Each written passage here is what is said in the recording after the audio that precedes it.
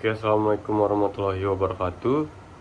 My name is Juanda. My identification number is D1A023101885.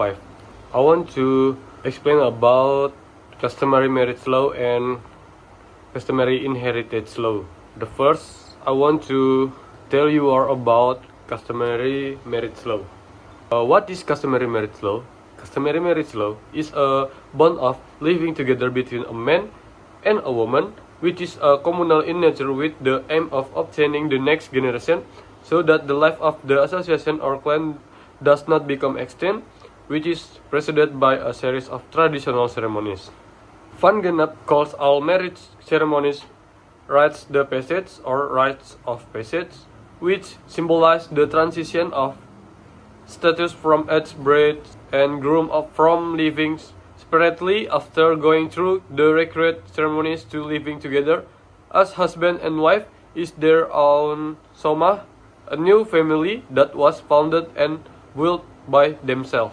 Jadi, hukum perkawinan adat ini merujuk pada aturan dan norma-norma yang mengatur perkawinan dalam suatu budaya atau masyarakat adat.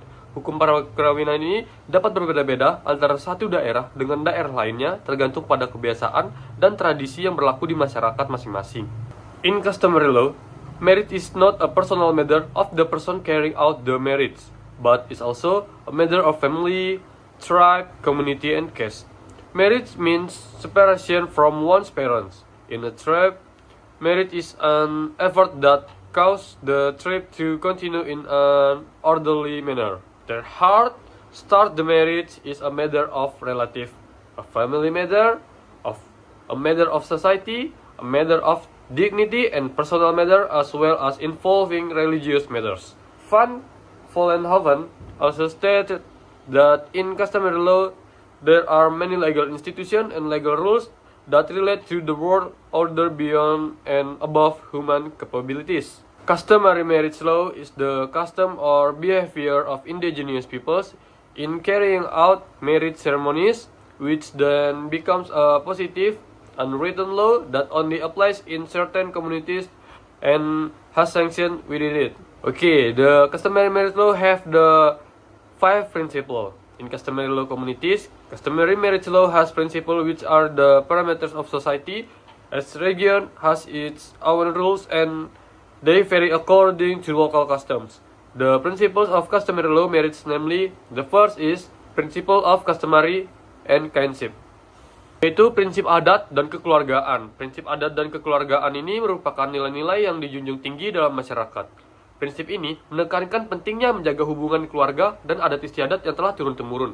Prinsip ini juga mengajarkan nilai-nilai seperti saling menghormati, tolong-menolong, dan menjaga keharmonisan dalam keluarga dan masyarakat. Prinsip kesukarelaan atau persetujuan. Prinsip kesukarelaan atau persetujuan adalah prinsip yang menekankan pentingnya melakukan tindakan atau perbuatan secara sukarela tanpa adanya paksaan atau tekanan. Prinsip ini mengajarkan nilai-nilai seperti ketulusan hati, pengabdian tanggung jawab, dan mengutamakan kewajiban daripada hak. Nah, juga prinsip ini dapat mengembangkan kepemimpinan yang bertanggung jawab serta pada para anggota suatu organisasi atau gerakan seperti gerakan pramuka. Oke, yang ketiga itu ada prinsip partisipasi kerabat dan masyarakat adat. Prinsip partisipasi kerabat dan masyarakat adat menekankan pentingnya keterlibatan dan kontribusi aktif dari kerabat dan masyarakat adat dalam pengambilan keputusan dan pelaksanaan kegiatan yang berkaitan dengan kehidupan mereka. Prinsip ini menghargai pengetahuan, pengalaman, dan kearifan lokal yang dimiliki oleh kerabat dan masyarakat adat, serta memastikan bahwa keputusan yang diambil memperhatikan kepentingan dan kebutuhan mereka. Oke, nomor 4 yaitu prinsip-prinsip poligami. Prinsip-prinsip poligami ini berkaitan dengan praktik memiliki lebih dari satu pasangan hidup dalam suatu pernikahan. Prinsip-prinsip ini dapat bervariasi tergantung pada budaya, agama, dan hukum yang berlaku di suatu masyarakat. Beberapa prinsip yang sering dikaitkan dengan poligami antara lain yaitu keadilan. Prinsip ini menekankan pentingnya memperlakukan semua pasangan hidup dengan adil dan setara. Yang kedua yaitu tanggung jawab. Prinsip ini mengajarkan pentingnya memiliki tanggung jawab yang besar dalam menjaga keharmonisan dan kesejahteraan semua pasangan hidup. Lalu yang ketiga, adanya persetujuan. Prinsip ini menekankan pentingnya mendapatkan persetujuan dari semua pihak yang terlibat sebelum memutuskan untuk melakukan poligami. Namun perlu diingat bahwa prinsip-prinsip poligami ini dapat berbeda tergantung pada konteks budaya dan agama yang berlaku. Yaitu konsep yang nomor 5, adanya prinsip selektivitas. Prinsip selektivitas berkaitan dengan kemampuan untuk memilih atau memilah informasi, tindakan, atau keputusan yang paling relevan atau sesuai dengan kebutuhan dan tujuan tertentu. Prinsip ini mengajarkan pentingnya melakukan evaluasi dan pemilihan yang cermat dalam menghadapi berbagai pilihan atau situasi.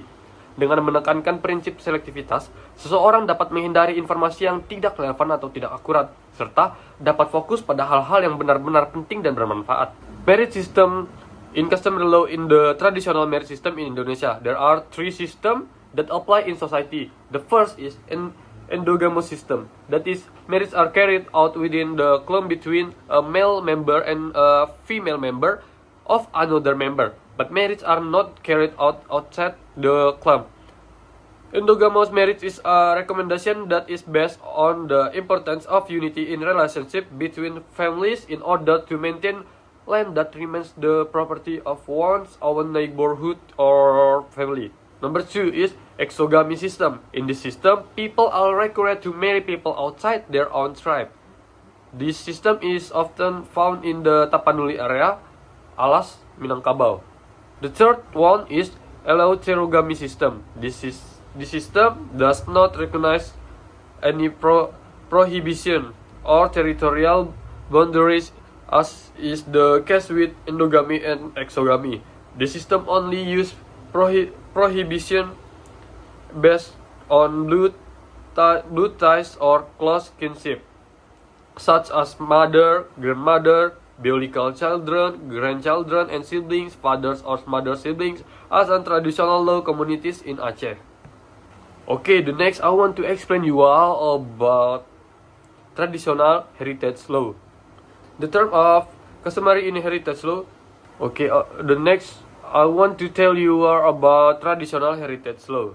The term of customary inheritance law, which is often called customary inheritance law, comes from the term inheritance, which is taken from Arabic and has the meaning that customary inheritance law does not merely describe inheritance in relation to heirs, but is broader than that. Customary inheritance law is customary law which contains provisions regarding to system and principles of inheritance law, about inheritance, heirs, and heirs, as well as the methods by which the control and ownership of the inherited assets is transferred from the heir to heirs.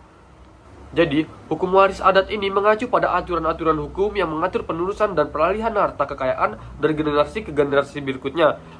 Hukum adat biasanya terbentuk tak tertulis dan hanya berlaku di daerah tertentu dengan adat istiadat dan norma-norma yang harus dipatuhi oleh masyarakat setempatnya. Terhar said that customary inheritance law is the legal rules regarding how from century to century the transmission and transfer of tangible and intangible assets from generation to generations. So, inheritance law contains 3 elements, namely there are heirs who leave assets, and number 2 is the existence of inherited assets, and number 3 is there are heirs who will continue to manage it or who will receive their share. For inheritance to occur under customary law, inheritance must fulfill 4 main elements, namely the first, the existence of an heir, the existence of inherited assets, the existence of heirs, and number 4 is successions and transfer of inheritance. The nature of customary inheritance law. Customary inheritance law has unique Indonesian style and characteristics, which are different from Islamic and Western law. This difference is due to the natural background of Indonesian nation mind, which has the Pancasila philosophy, and a society which is Bhinneka Tunggal Ika. The natural content in this background is helping each other to create harmony and peace in life. Customary inheritance consists of assets whose control and ownership cannot be distributed among heirs, and some which can be distributed. Undivided property belongs to several heirs. It cannot be owned individually, but it can be used and enjoyed. The nature of customary Customary inheritance law is generalized. The first inheritance asset in the customary law system are not units that can be valued, but are units that cannot be divided or can be divided but according to their type and the interest of the heirs. Number two is customary inheritance law does not recognize the principle of legitimate property or absolute share. Number three is customary inheritance law does not recognize the right of heirs to demand that inherited asset be immediately distributed at any time. The principles of inheritance is customary law. The principle of customary inheritance law. Yang pertama itu ada prinsip ketuhanan dan pengendalian diri. Dengan dasar hukum, orang berpegang pada ajaran ketuhanan yang Maha Esa. Karena iman dan takwanya, ia mengendalikan diri, menahan nafsu kebendaan, dan untuk mendapat mengendalikan diri dalam masalah warisan, sehingga akan selalu menjaga kerukunan hidup antara para ahli waris dan anggota keluarga dari pertentangan. Prinsip yang kedua yaitu prinsip kesamaan hak dan kebersamaan hak. Adanya sikap dalam hukum waris adat sesungguhnya bukan menentukan banyaknya bagian warisan yang harus diutamakan, tetapi kepentingan dan kebutuhan para waris yang dapat dibantu oleh adanya warisan itu, sehingga pembagian itu tidak selalu sama hak dan sama banyak bagian pria dan wanita. Prinsip yang ketiga yaitu kerukunan dan kekeluargaan, suatu asas yang dipertahankan untuk tetap memelihara hubungan kekeluargaan yang tentram dan damai dalam mengurus, menikmati, dan memanfaatkan warisan yang tidak terbagi-bagi ataupun dalam menyelesaikan masalah pembagian pemilikan harta warisan yang dibagi. Prinsip yang keempat yaitu musyawarah dan mufakat. Dalam mengatur atau menyelesaikan harta warisan, setiap anggota waris mempunyai rasa tanggung jawab yang sama dan atau hak dan kewajiban yang sama berdasarkan musyawarah dan mufakat bersama. Prinsip yang kelima yaitu prinsip keadilan dan pengasuhan. Prinsip welas kasih ini terhadap para anggota keluarga pewaris dikarenakan keadaan, kedudukan, jasa, karya, dan sejarahnya. Dengan demikian, meskipun bukan ahli waris juga wajar untuk diperhitungkan mendapat bagian harta serta warisannya. The last one is legal basis regarding customary inheritance. The following is some jurisprudence related to customary inheritance law.